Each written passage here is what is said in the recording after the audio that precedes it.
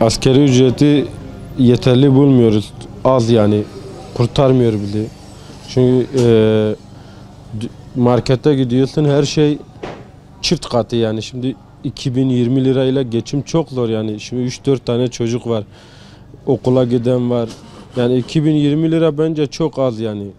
Şimdi bir milletvekili 20 milyara geçinemiyorsa biz 2020'ye nasıl geçinelim yani? Gerçekten yetmiyor yani. Şimdi eve gittiğin zaman eşinin senden istediği birçok şeyi karşılayamıyorsun. Çocuğuna bir şeyler alamıyorsun. Örneğin istediği bir elbiseyi ya da bir yiyeceği ya da bir içeceği alamıyorsun. Alamadığın zaman da mahcup oluyorsun. Hani kendi içinde kendi kendine dert yanıyorsun. Ama gidip kime yanacaksın yani? Zaten biz bu asgari ücretle bırak hastaları ziyaret etmeyi ya da bir doğalgaz kullanmayı ya da bir şey. Bu asgari ücretle biz doğalgaz kullanmak yerine battaniye altında ısınacağız bence. Yani büyük ihtimal öyle olacak. Bir hastamız olacak, gidemeyeceğiz. Gittiğimiz zaman ailemizde harcayacağımız harcamalardan kısıtlamak zorunda kalacağız yani. Kısıtladığın zaman bu sefer senin ailen mağdur oluyor. Ne oluyor? Otomatikmen gidemiyorsun yani.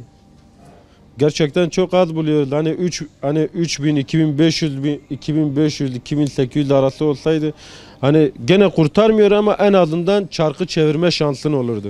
Ya şimdi 4 tane çocuğum var. 3 tanesi okula gidiyor. Bunun okul masraflarıdır, evin harcamalarıdır. Bunların beslemelerine yeterince bir şeyler koyamıyoruz. Yani evde ne varsa o an hazırda onu koyabiliyoruz. Biz de isteriz ki bizim de çocuklarımız beslemelerinde istedikleri her şey olsun. Daha rahat, daha özgür gidebilsin.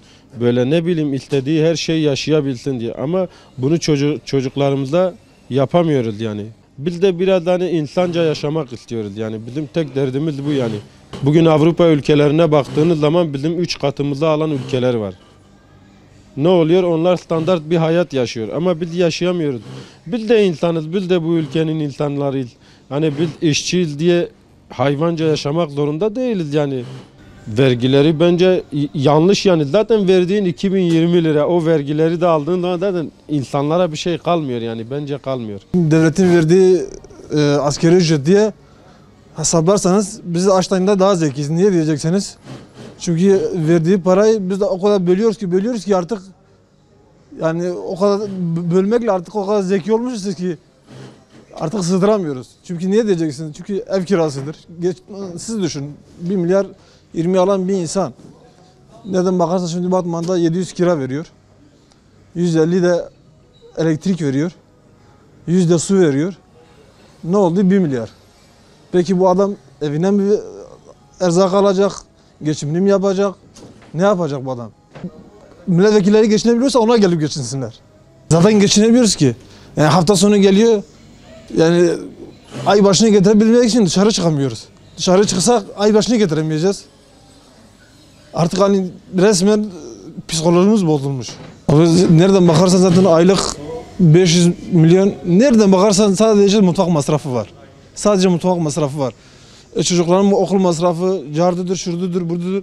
Yani nasıl geçineceğiz? Başbakan diyor ki işte dünyanın en zengin ülkesiyiz. Yani bir asgari ücretiye baksın da öyle dünyanın en zengin ülkesi olalım. Dünyanın aslında en fakir ülkesiyiz diyor. Bir de bakan çıkmış diyor ya dünyada en ucuz benzini biz kullanıyoruz. Doğrudur, en ucuz benzini biz kullanıyoruz ama en ucuz maaşı da biz alıyoruz. Avrupa'yı nereden bakarsan adam 1500 euro alıyor. Sen 200 euro alıyorsun. Masraflarınızı karşılayabiliyor musunuz? Karşılamıyoruz tabii. Hiçbir ihtiyacımızı da karşılamıyoruz. Çocuklar zaten hiç hani ne yapalım? Okuldan mı keselim? Çocuk masrafından mı keselim? Ev kirasından mı keselim? Sudan mı keselim? Hangisinden keselim? Hani kesebiliyorsak keselim. Ama hangisini de kesersen olmuyor. Asgari ücretin en azından 1000 doların altında olmaması gerekiyordu. Ne kadar alıyor? 250 dolar, 300 dolar.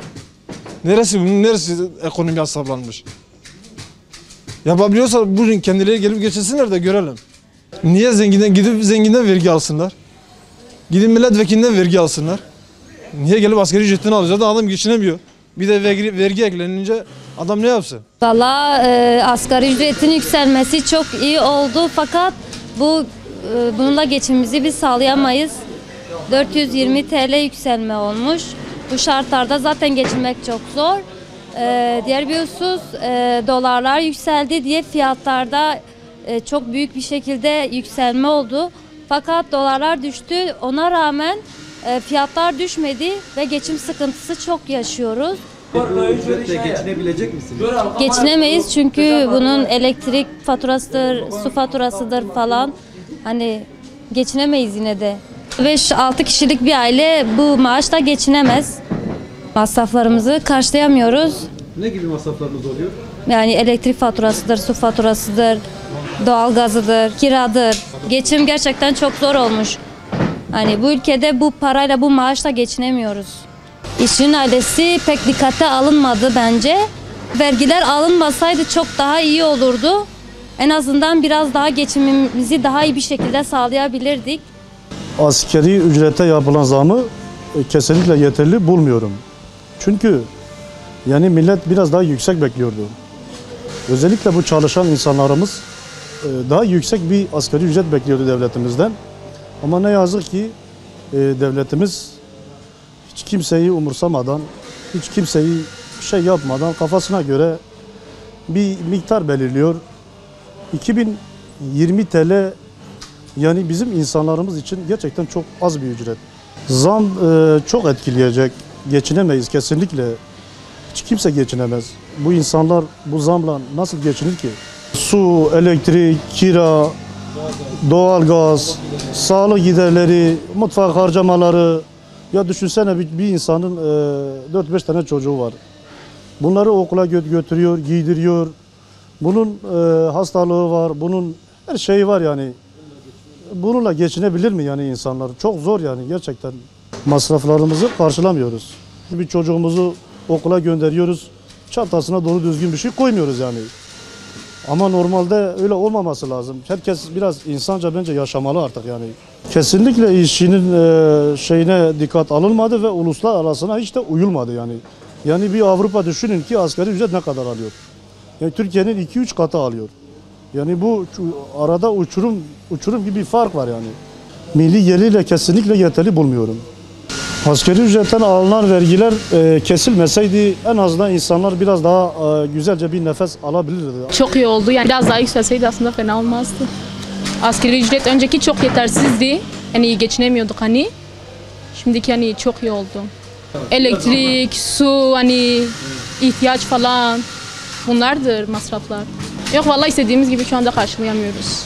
Vallahi çok iyi oldu aslında ama yeterli olmuyor. Asgari ücretten verilerinin almasını istemiyoruz. Asgari ücret komisyonu tarafından belirlenen yaklaşık olarak %26 küsüre tekabül eden 2020 liralık rakamın öncelikle işçi kardeşlerimize hayırlı olmasını diliyorum. Tabii bu belirlenen 2026 liralık rakamın sanayici açısından da getireceği beraberinde yeni sıkıntılar olacaktır. Hele hele ülkenin içinden geçmiş olduğu bu ekonomik süreçte özellikle de dolar ve faiz baskısının olduğu bu süreçte hükümetin de sanayiciyi rahatlatacak adımlar atmasını bekliyoruz. 2020 rakamının işçi kardeşlerimiz açısından da yetersiz olduğunu düşünüyoruz ama asgari ücrete yapılan bu %26'lık zamdan sonra hükümet tarafından yapılan elektrik ve doğalgazdaki %10'luk indirimler sanayiciyi pek rahatlatmayacak. Bu ekonomik süreçte, bu sıkıntılı ülkemizin içinden geçtiği bu sıkıntılı süreçte sanayicinin, iş adamlarının kayıt dışı istihdama gitmemeleri için de hükümetin sanayiciyi rahatlatacak adımlar atmasını bekliyoruz. Bu adımlar neler olabilir? Bu adımlar özellikle vergi yükünün hafifletilmesi, aynı zamanda SGK primlerinde hükümetin sanayiciye destek vermesi, yani indirimlere gitmesini bekliyoruz. Bizim endişemiz şu ki işsizliği beraberinde getirmesinden endişeleniyoruz. Çünkü bu rakam sanayiciye biraz ağır yük getiriyor. Özellikle de bizim bölgedeki sanayicinin aşırı sıkıntılı yaşadığı bu süreçte yeni teşvik paketlerinin de beraberinde açıklanmasını bekliyoruz. 2019'dan beklentilerimiz de bu anlamda bu yönde.